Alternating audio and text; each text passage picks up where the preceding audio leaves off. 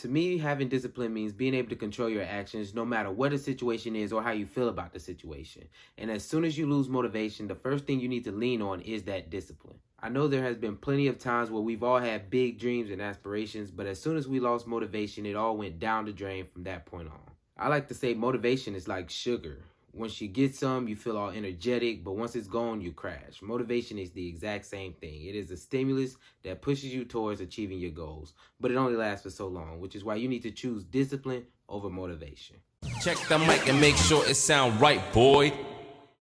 What's up, y'all? Welcome to the Richest Steve in Atlanta. If I'm being honest, I've been running on the fumes of discipline for a little while now. And matter of fact, the only reason I'm making this video is because I want to be disciplined.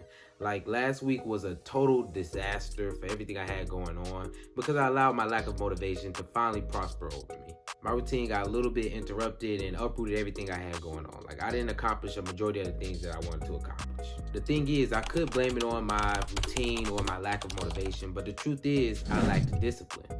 And the only reason I know this is because in the past, I've had moments where I learned that sometimes motivation isn't enough. You need discipline. Just think about it. This is the reason most people don't stick with their New Year's resolution.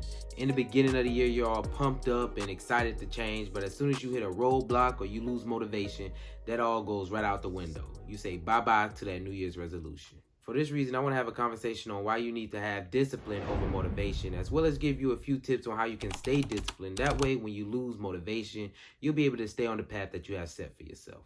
Now, I like to break down discipline into two parts, being dedicated and being consistent. So let's go ahead and talk about both of those, starting with being dedicated. A lot of people like to see being dedicated and being disciplined as being the same thing.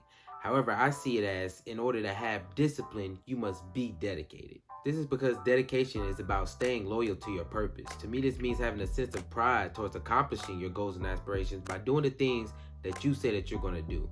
It's more than just a feeling, it's a promise that you've made to yourself. Like, if you want to be disciplined with going to the gym, have a sense of pride of actually going to the gym because you're dedicated to completing that task. One way to make being dedicated easier is to set systems around the goals that you want to accomplish.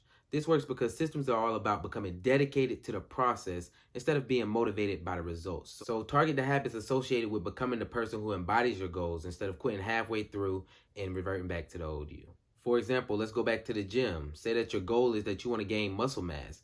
Well, instead of going to the gym and failing because you're not immediately motivated by your results, set a system around gaining muscle mass. You will target the habits that mirror the person who will actually gain mass in the gym, and over time you'll fall in love with the process instead of the results, which will overall boost your discipline because you're now dedicated to the process. Next, we have being consistent. Now, if you lack motivation, the least thing that you can do is be consistent, because a disciplined person is someone who has fixed and known variables in their life. This means it doesn't matter how you feel, if you had a good day, if you had a bad day, or what's going on in your life, you at least show up every day. For example, let's go back to the gym. Being consistent in the gym is just about showing up on the days that you said that you were going to show up. It doesn't matter what you do. You could do a light jog on the treadmill, stretch, do a lazy workout. What matters is that you showed up in spite of everything that you had going on. Plus, you'll be surprised how most of the battles we face are just getting to the starting line. So stay consistent. That way you can at least start the race. One tip for improving your consistency is to never miss 2 in a row.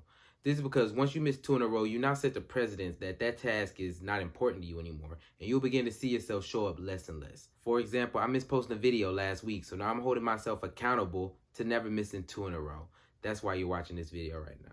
We're almost done here, but since you stayed this long, I want to leave you with one more tip to help you improve your discipline overall, and that is to remove all temptation in your life. Of course, this means if you're trying to lose weight, go and empty your cabinet of all the sweets. That way they're not in Front Street and tempting you all the time. However, it also means preventing your future self from falling into temptation as well. For example, if you want to be dedicated to waking up earlier instead of sleeping through your morning routine, all you have to do is put your alarm clock across the room. That way you have to physically get up out of bed in order to cut it off. That way you won't be hitting your snooze button over and over again. If you made it this far, like, subscribe, and leave a comment. Also, if you gained something from this video, consider watching the next video because I'm sure you can gain something from that video as well. Thank you for watching. I appreciate y'all for tuning in. Peace, love, and riches. I'm out.